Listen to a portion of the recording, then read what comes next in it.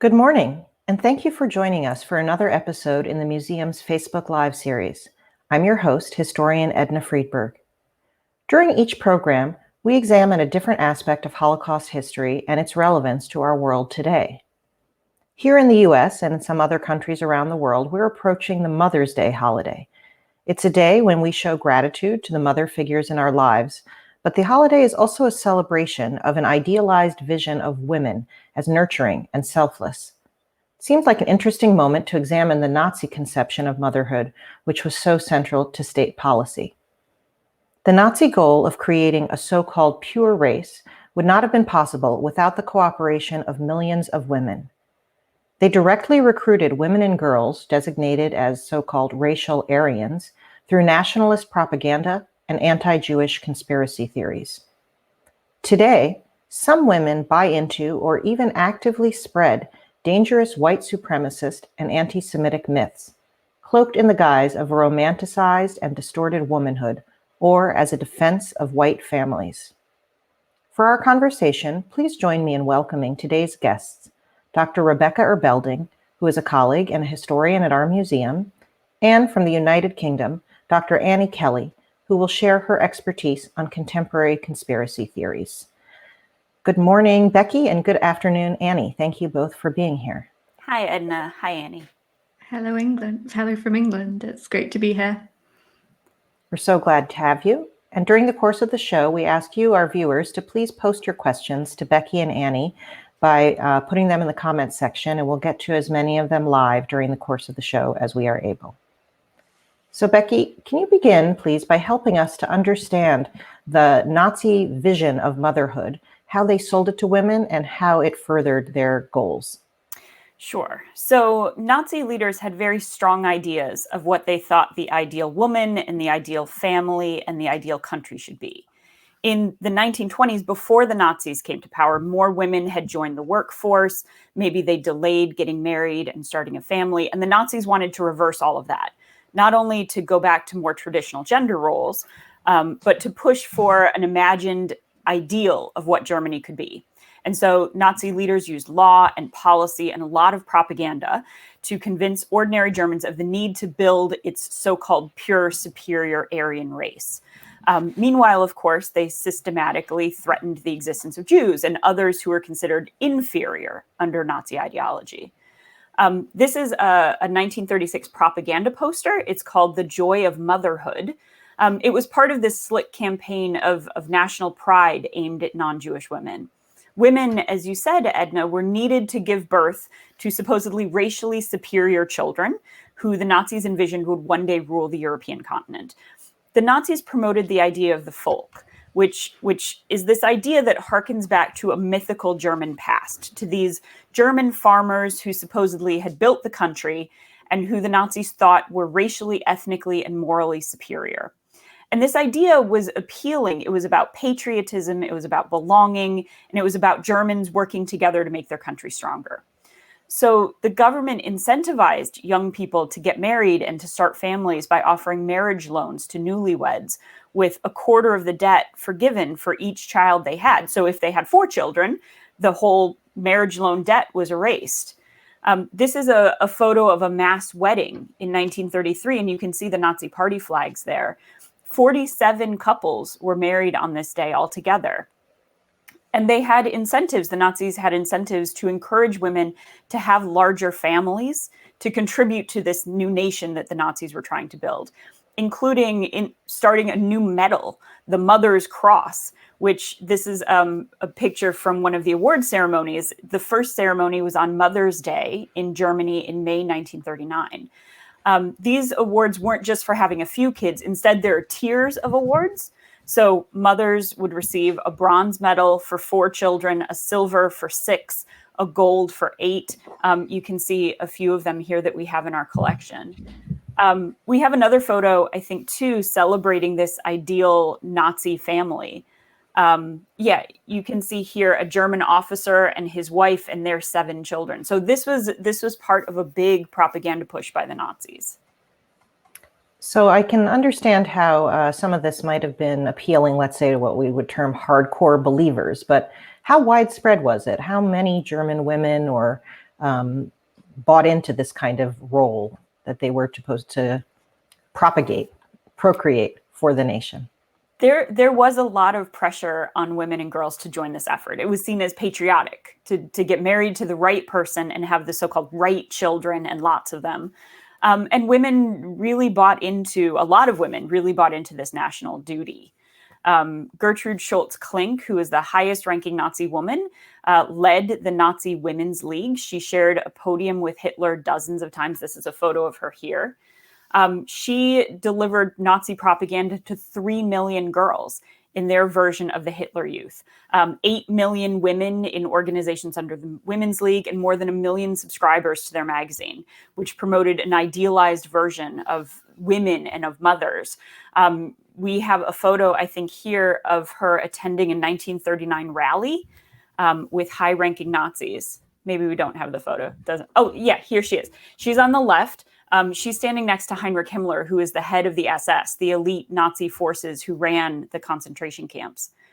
So Gertrude is promoting all of this to young women who are members of the League of German Girls. And she's using, you can see some of them here. She's using language about national greatness and pride and heritage. It was meant to look beautiful and aspirational, something that people really wanted to be part of. But behind it, of course, is a very ugly truth. And historian Claudia Kunz said that women were really integral to this, that they were the ones who were bringing Nazism home, indoctrinating their children in anti-Semitism, saying that their children can no longer play with Jewish children down the block. They were really integral to the Nazi plan. I'd like to pause for a moment to welcome our viewers who are watching from around the country and around the world. Good morning to people tuning in from Tullahoma, Tennessee, Dartmouth, Massachusetts, Pompano Beach, Florida, Fort Wayne, Indiana, and Atlanta. And internationally, thank you for watching from South Africa, from Campeche in Mexico, Bogota, Colombia, and Almeria in Spain. We're glad to have you with us. Also, an interesting comment has come in, Becky, with regard to the Mother's Crosses, the awards that you shown. A viewer named Ursula writes that my grandparents lived in a small hamlet that offered to host a ceremony when my grandmother when she gave birth to her 9th child. When Hitler's honchos arrived at her door, she told them, "I am not a cow that gets a medal. God gave me the children and I won't attend." Not everyone bought in. Not everyone bought in, and not everyone was making their family choices because of ideological reasons like that. No, absolutely. But there was a lot of pressure on a lot of women. What's interesting to see, though, when you're showing us sort of that poster, The Joy of Motherhood, many of those, they feel kind of almost like stock photos that we might see today online. And they had a really insidious power that masked the ugliness of Nazi ideology. Today, we would call this targeted marketing, customized directly to appeal to a slice of the populace in very, very pointed and focused ways. Annie, I'd like to turn to you. Your scholarly research focuses on some similar psychological appeals that are circulating now in a return to the kind of ultra-traditional version of women and mother. You've called it digital anti-feminism. Help us to understand what idealized conceptions of motherhood are being repackaged today and how they serve white supremacist goals.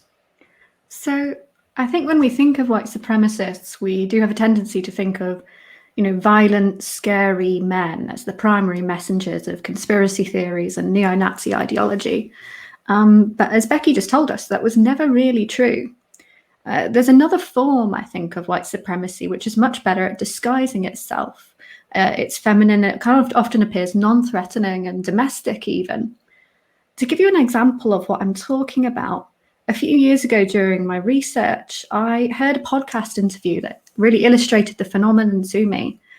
And the title of the program was called How the Migrant Invasion Made Me Become a Trad Wife. Now, trad wife is internet shorthand for traditional wife. The guest was a singer and she was a former school teacher in North Dakota. And she was talking about this quite idyllic life she found as a mother and wife, growing vegetables, baking banana bread in a rural setting. It all sounded really nice. But as the host and the guest talked, it became clear they were also advocating for something more sinister. They used the cloaked language of kind of heritage, ancestors, European roots. And in moments, they kind of dropped the facade entirely and directly spoke about unfair anti-white propaganda, or how white women are supposedly in physical danger from immigrants. One thing she said really stuck with me, which was, I always wanted children that looked like me, blonde-haired, blue-eyed babies, but I kind of had to say it under my breath. And so there's already this slightly conspiratorial tone that white women are somehow under threat from something. And the podcast was, of course, hosted by a white supremacist radio station. It was my first introduction, essentially, to this kind of new form of digital propaganda. And of course, part of what makes it kind of dangerous and insidious is that it is disguised. You're saying, I find it really fascinating how the guest has described herself as sort of whispering her white supremacy. In a way, it can seem countercultural to espouse marriage or to traditional values. Maybe they're not trendy right now, but we're not saying that any of those things are bad. It's just that they are used as a way to mask what is in fact really a racist agenda. Let's put some specificity to this, though. We have some examples from social media that demonstrate this tactic. These photos that we're going to be looking at are taken from Instagram accounts that are associated with posts that espouse white supremacist views or use racist hashtags. We have obscured the accounts, the identifying details that have shared them, in part because we don't want to amplify these voices. I also want to note that some of the photos could be familiar to you, either from accounts that you follow or because sometimes they appropriate or co-opt pleasing content or stock photos and repackage them to promote white supremacy. So let's have a look. And Annie, if you could help us to understand what we're seeing. Sure. So this is a really common style of image, and it often takes the image of this kind of very sweet, innocent white baby. I mean, you know, everyone wants to protect a baby. And it preys essentially on this kind of, again, conspiratorial notion that innocent white children are at risk, and kind of exploits your desire to want to protect them. Now, I should say here, some of the women that are sharing these kind of posts are unwitting, but for others who know the coded language, they're spreading white supremacy packaged as a kind of ode to motherhood and family. This next one is a really, really frequent visual style you see in kind of white supremacist spaces. And it reads, "Remember what was once yours, swing back the pendulum." Now, we often see images from the 1950s depicting either the nuclear family or this kind of mythic racial homogeneity of that time as a lost and mythic past when everything was better. And I do want to distinguish that even though some of the contemporary examples we're looking at may feel familiar to those of us who are familiar with Nazi propaganda, have some of the same approaches, there's of course a key and critical difference, which is the older examples that we're showing are part of official state policy, and the ones we're looking at now are personal opinions, something being espoused or promoted by an individual, and maybe even an individual on the fringes of society. But what they do share in common, and what many of these women actually explicitly claim for themselves, is a link that they are protecting something that's being lost, a way of life that is under threat, and something that they need to reclaim. Yeah, and not just that it's been lost, I should say, but that it's deliberately been stolen from them, which is, I think, where that kind of conspiracy theory comes into play. So Annie, I know you're frequently asked when you're giving presentations, and I think it'd be helpful for our viewers to understand, how do you define a conspiracy theory? It's a term that gets bandied about a lot, but what is it? So yeah, I'm really glad you asked that question, because it is a question I get a lot. And I do want to be clear that a conspiracy theory, in my point of view, isn't just necessarily kind of being critical or being skeptical of narratives, you know, that you see kind of from authority. You know, that's a really good and healthy impulse, and we should all do more of it. Where I think it slips into a conspiracy theory is when it is unfalsifiable, essentially, and it posits a explanation for a complex phenomenon that deliberately places the blame on either kind of a scapegoat group, or a group that is necessarily kind of hidden and sinister. So it's kind of simplifying that kind of complex explanation. So let's have a look at a few other examples of exactly this kind of conspiracy theory or mindset. Yeah, so now we're moving on to a more overt plea, still with this kind of peaceful, rural scene, but now the language reads protect white women.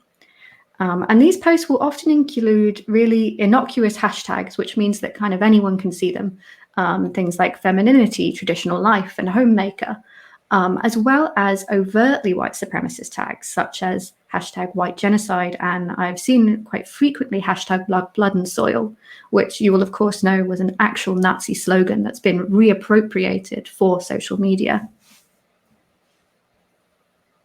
Now, this next example continues with the theme of the ideal mother. And in this one, it's not even trying to hide it, right? The text on the image includes preserve white culture, defend your native land, stop white genocide. Now, I want to say we've blurred the faces so they're not recognizable. We can't be certain this photo belongs to the person who posted it and that it hasn't been misappropriated. But I find it really interesting how the taglines are literally plastered over this very sweet family. So you can't miss it at all, right? It's not even like you have to go looking for it. It's right there out in the open. It's presented in such an appealing way, especially a way I think that appeals to teenage girls, to women in their early 20s, you know, the pastel color. It really just feels kind of like social media influencer 101. It's pretty. Let's see actually another example, because we see that white supremacist groups and individuals are directly trying to leverage social media in this way. We have an example from a documentary film produced by The Atlantic called White Noise. And this shows us a woman named Lauren Southern, who is an alt-right social media influencer, promoting this kind of view in a very slick package. I'm fighting mostly for my generation. 1, 2, 3, 4, 5, 6, 7, 8, 9, 10. Testing. 1, 2, 3, 4, 5, 6, 7, 8, 9, 10. Testing. What are the biggest red flags you would tell young women to look for when they are dating and trying to find a husband? Can you build the deck? Can you fix your toilet? Do you know how to grow crops? I mean, like, I don't be too extreme, but men with basic life skills are really hot. Women love strength and resources. Men value youth and fertility. These are age-old archetypes of warriors and mothers. Feminism in one word. I would have to say toxic. It teaches women to be victims instead of empowering them and encouraging them to achieve and strive for success. Have babies. It's like having a best friend that never stops calling. It's really nice. Thank you guys so much for watching, and thank you so much for joining me. Again, they're stylish, they're really attractive, they feel trendy, they use slang. We have a viewer named Kendra who's asking, which conspiracy theories would you say are the most dangerous today, in your opinion? I think that's a really good question. And I think often conspiracy theories can be dangerous in two different ways. I think one of the ways is that it feels so outlandish that it feels like nobody could ever possibly believe it, right? And I think that's something that I sometimes fall into, and that I'm then often really overwhelmed by how many people do actually seem to get taken into it. So that can be dangerous in a way that we often don't take it seriously enough, and we don't take the damage it can do seriously enough. But also, I think, you know, some of the problem with the conspiracy theories we've just been talking about here is that they're so covert in a way. You know, they're about things that everybody wants, you know, a kind of sort of safety, a kind of, you know, pretty looking life, which is attractive to lots and lots of people and doesn't look on its surface like it's dangerous or threatening. And so I think that one can be dangerous too, because it can often spread very, very far before people realize what's under the surface here. And it can be tempting, some of them more to dismiss out of hand, some of the more outlandish conspiracy theories that circulate online. There was a popular one for a few years here in the US. I think, unfortunately, it still has some traction, called Pizzagate, which hit really close to home to me, quite literally. It alleged that a popular pizza restaurant just a few blocks from my house, where I'd frequently go with my kids, was in fact a front for a pedophile, child trafficking, child abuse ring being run by prominent politicians in the basement. And again, like for a while, some of us heard this. We thought that's crazy. That's where we go to play ping pong with our kids and have a pie. A man drove several hundred miles armed with a gun to come and shoot up the place because he was so convinced that there were children there that needed rescuing. And thankfully, law enforcement intervened before he could kill anyone. But he totally absorbed this. And it was a very terrifying day and still has reverberations on that block of businesses. But I want to go back to the photos that you were just showing to us because they're appealing. You know, when I'm hearing that young woman talk about the traits she wants in a husband, I can tell you the smoke alarm was beeping incessantly in my house yesterday. And, you know, maybe it's sexist. I wanted my husband to get up on that ladder and make it stop. I am a mother who loves her kids. Like we need to make clear we aren't suggesting there's anything wrong with wanting a family or with wanting to be taken care of, but what's really under the surface in these kind of messages, Annie, and what makes them insidious? No, and I think writing about this movement, that can be a misunderstanding I get a lot. But I should make clear that, you know, what I think is wonderful about kind of feminism and women's lives today is that we have been given the freedom to choose if we want a family, a career, or frequently both. But what I think is the problem here is, you know, not that kind of overt sort of pattern or images, but the fact that these are influencers frequently targeting younger audiences with white identity politics and nationalistic undertones.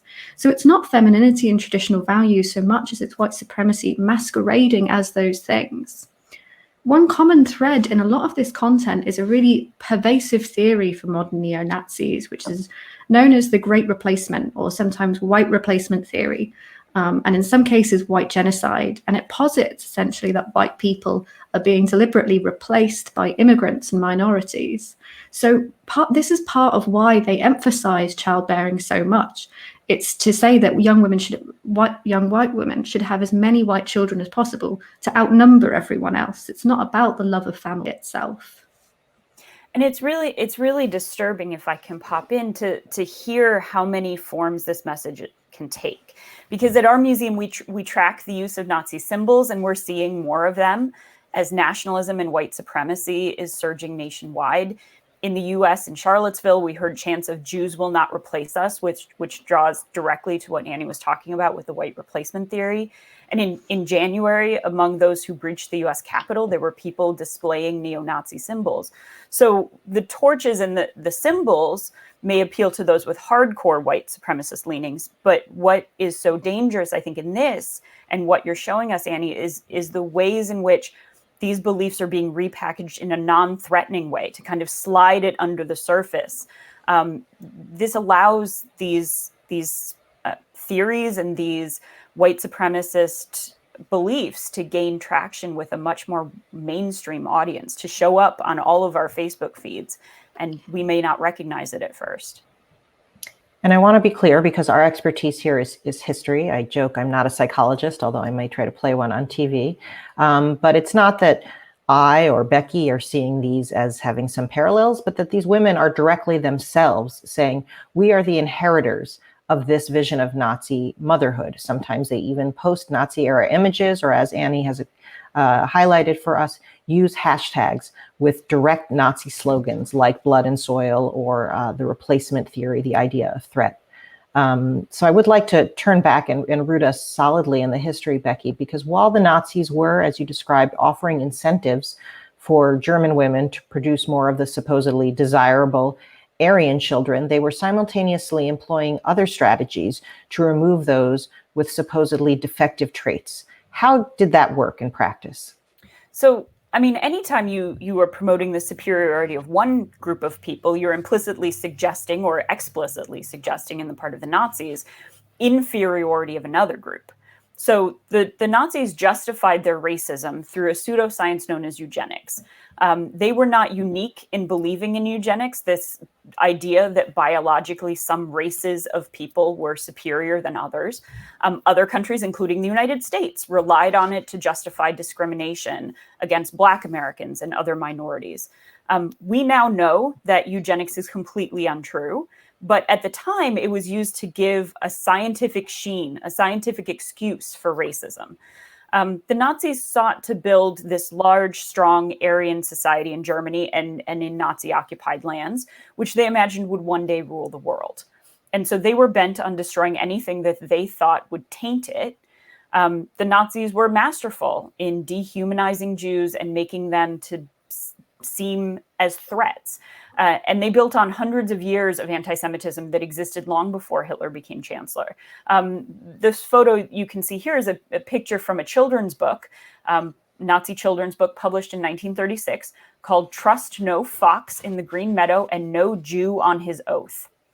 And books like this taught children to dehumanize Jews. You can see some of this kind of stereotypical images. Ugly images. And once you dehumanize someone, you can get away with doing anything to them. So the Nazis believed that Jews and Roma and Slavs and people with mental and physical disabilities were inferior.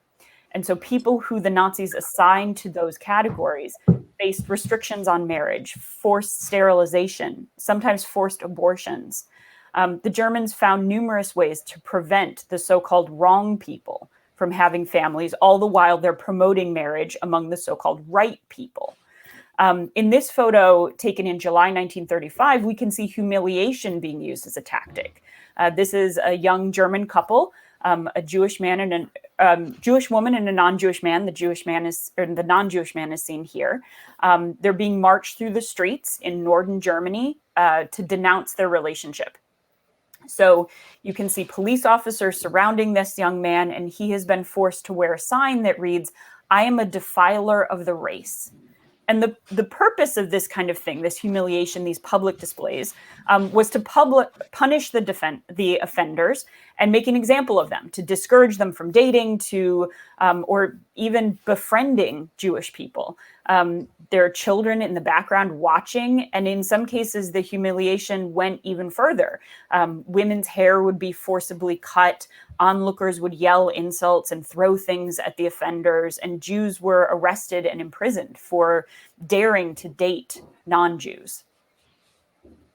So we have here carrots and sticks of this kind of public humiliation, the social pressure, the carrots of the incentives of marriage loans, of recognition.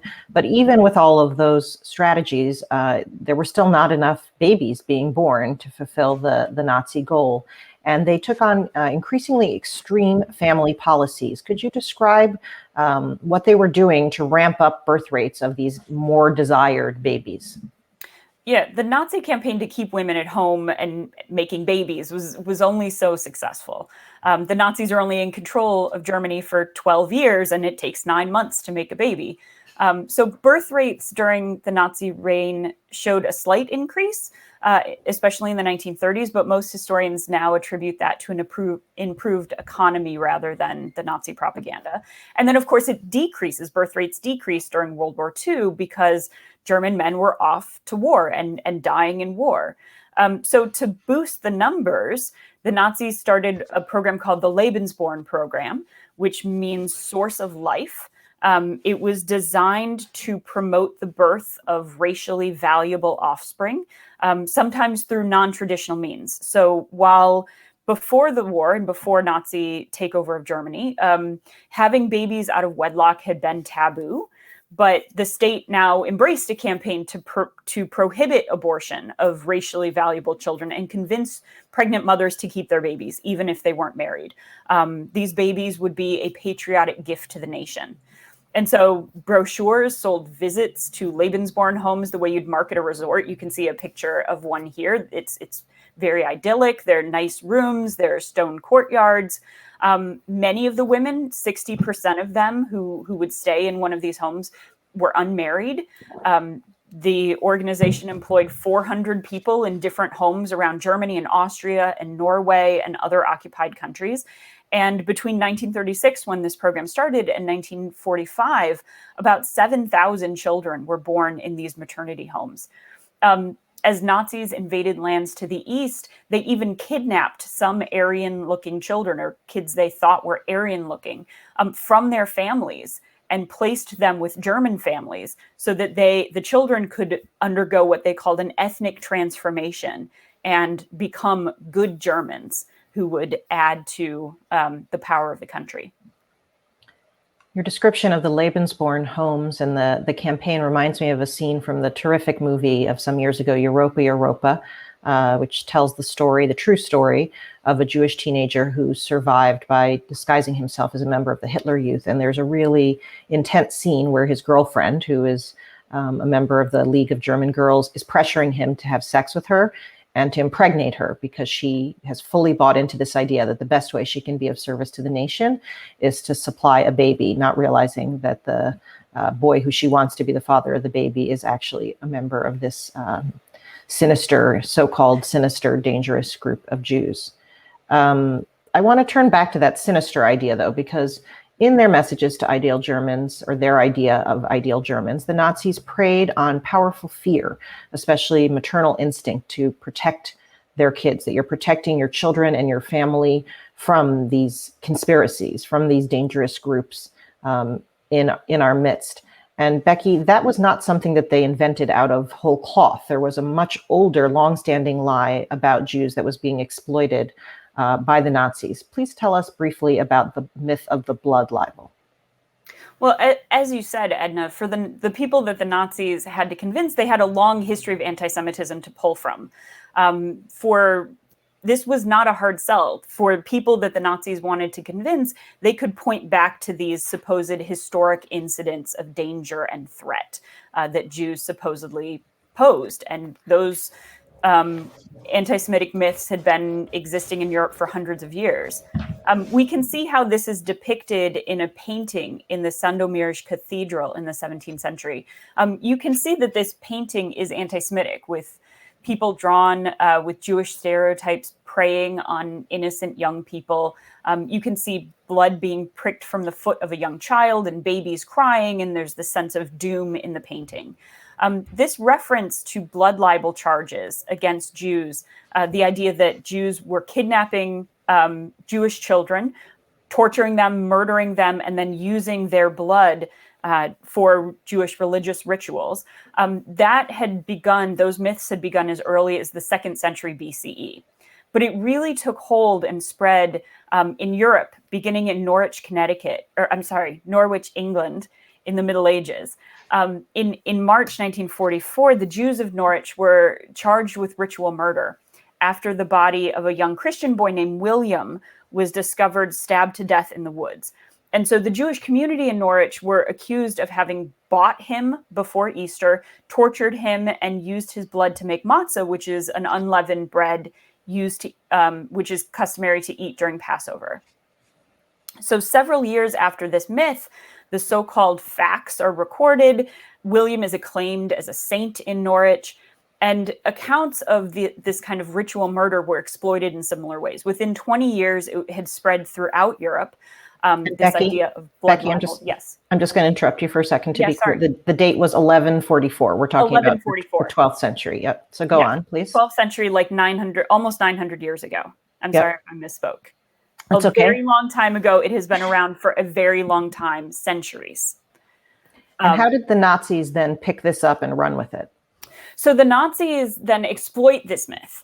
They know that it's already spread. They know that Jews had been subjected for years to anti-Semitic myths, even the idea that they poisoned the wells during the time of the Black Death in Europe. And so, there's a 1934 edition of Der Stürmer, the Nazi anti-Semitic newspaper, which you can see here. The headline reads "Ritual Murder," and this issue is devoted specifically to the idea of blood libel. And the Nazis were able to use this because they knew that the supposed threat would be immediately familiar to readers. So that it was recognizable, it was something likely they had heard growing up, and therefore it would resonate. Right. And sadly and dangerously, blood libel myths and variants on it continue to morph and evolve. Even today, Annie, in a sort of strange coincidence, you actually live in Norwich in England, where the blood libel myth gained traction through the case that Becky had described. Can you tell us how over the last year you watched and observed how, as an ordinary online parenting discussion, spiraled down into some conspiracy theories about modern day child abuse? Yeah, absolutely. So I think it's almost interesting the misspeaking that Becky made there of 1944, because I live in Norwich in 2021. And I found a strange resonance, a quite eerie resonance with that history of the blood libel conspiracy theory. When the coronavirus took hold, I became interested, and maybe concerned is the better word, about its impact on just local online activity. So I began joining parenting groups on sites just like Facebook and Instagram, just ordinary social media platforms, and I noticed a rapid uptick in conspiracy theories. Videos were being shared with warnings that children were being kidnapped for satanic rituals. And what was worse was week after week, the dogma started to get more extreme. There was denial of coronavirus even existing. I saw at one point normal women believing the hype about neo-Nazi videos. They were posting this video which was saying that Jews would kidnap Christian children and turn them into burger meat. So it really felt like the blood libel conspiracy theory had almost been updated once again in Norwich for the 21st century. I sort of put this down to the kind of isolation that had resulted in the pandemic, which played on people's ordinary concerns. Fears about immigrants led to a conspiracy theory that a child trafficking and paedophilia ring was running rampant, not just in the city, but in the whole world. At one point last summer, I attended a rally where thousands of protesters, many of them women, flocked to the streets and cities. Mine was in London, but there were many of these protests all over the world to protest based on debunked conspiracy theory.